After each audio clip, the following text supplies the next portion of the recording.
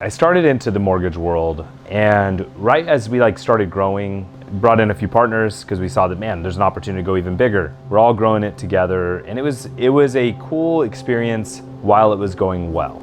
Hiring people as fast as we could get. We had call center, we were bringing new people in all the time. We were growing when it felt like everyone else was shrinking. And the enthusiasm was there because we all saw the potential. We all saw the growth, right? And then regulations were changing and personalities were starting to come through.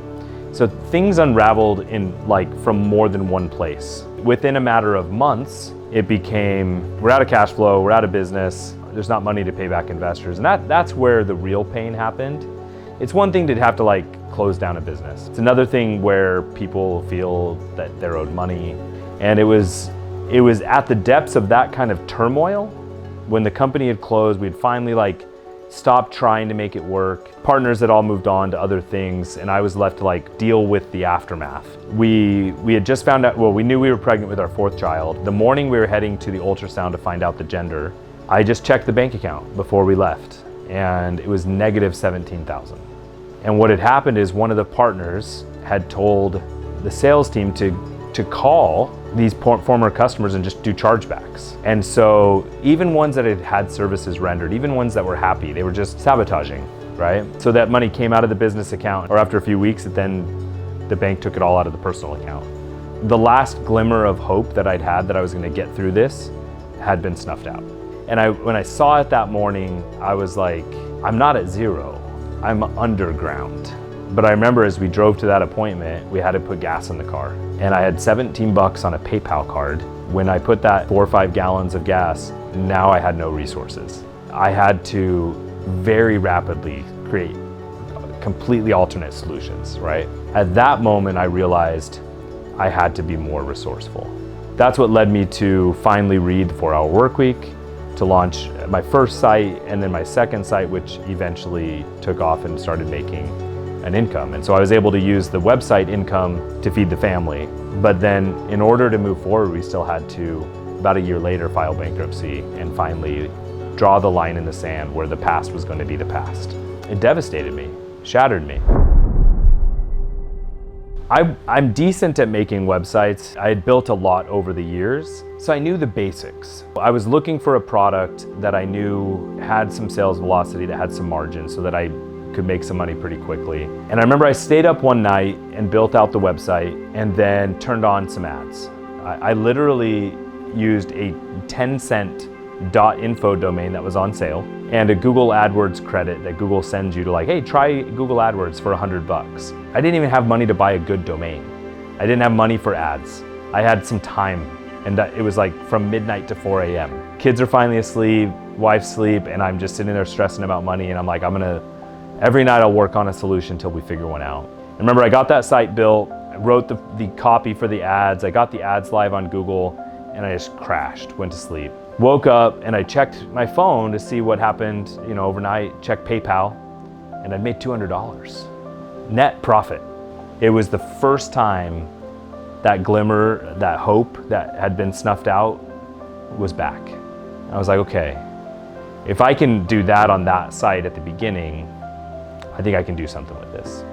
So within 30 days, I'd replaced my income. I didn't know enough. I'd never done e-commerce marketing. I'd never done that. So I didn't know what I didn't know, but I could try to optimize what I could see. So just between ads and one blog that was willing to share an image with a coupon code, was able to take the site to 5 figures in the first month. It really was a masterclass in that whole industry. We ended up being in retailers, owning our own licenses and formulas, really learning the entire process. And it became the testing ground for anything we wanted to do and launch other sites and build other things. And I sold that brand a couple years ago, but since then have built over 200 brands. One of the first things that happened when the store started doing pretty well, in the early days I had it to where every time someone bought on the store, it sent a notification to my phone, like a cash register, cha-ching.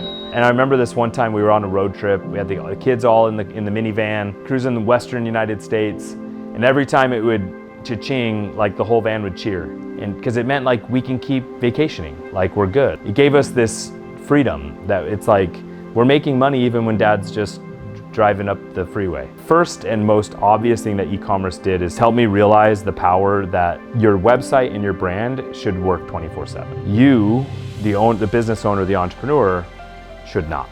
So it got to a point where we knew, based on ad spend, based on what we were doing, we knew how much money we were going to make each month.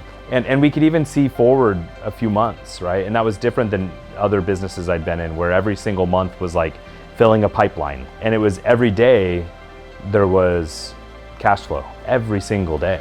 We're at a point where you cannot ignore e-commerce anymore. 10 years ago, you could say, hey, we can build our entire business with just one vertical.